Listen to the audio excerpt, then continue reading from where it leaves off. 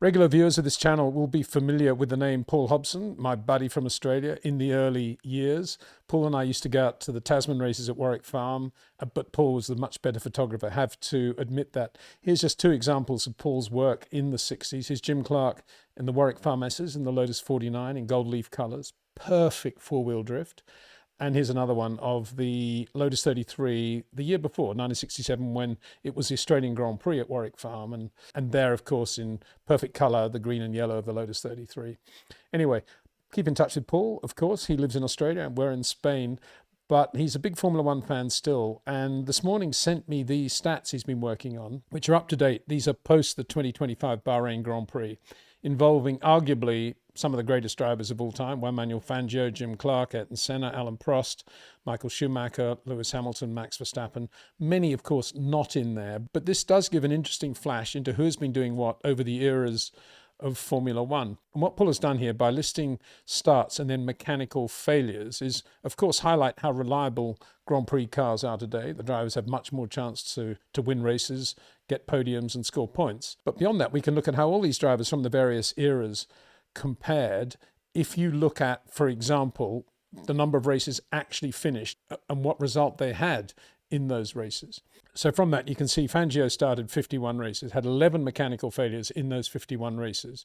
In other words, in 21.6% of the races, he failed to finish.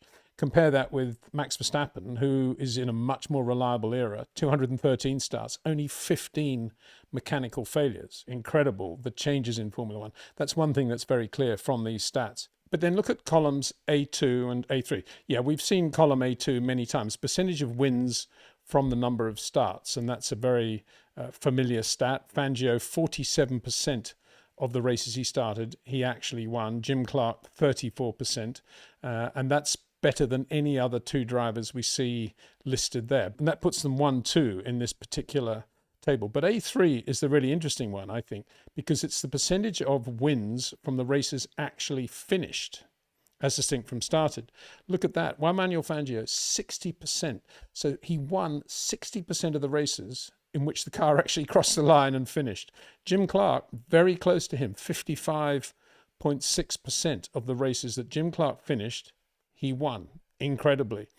Nobody else gets close to that. The closest is Michael Schumacher, 40%.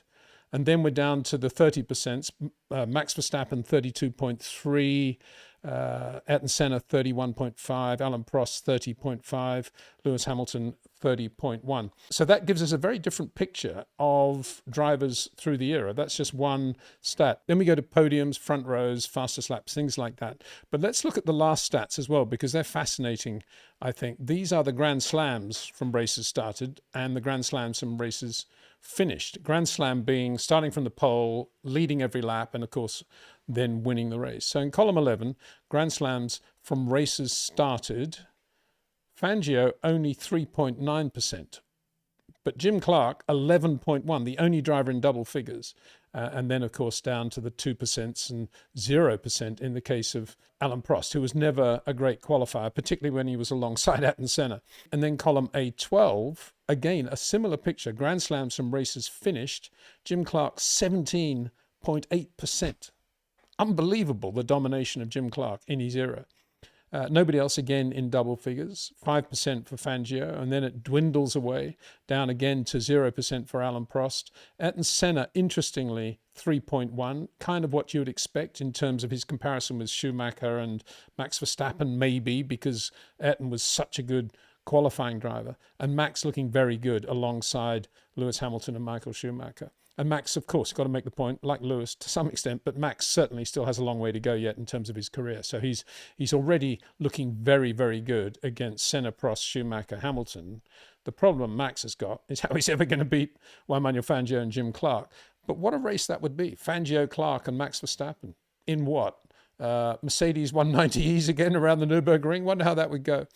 Anyway, interesting stat. Big thanks to my buddy Paul Hobson. And yeah, let's see how these stats evolve as Max and Lewis continue to race on.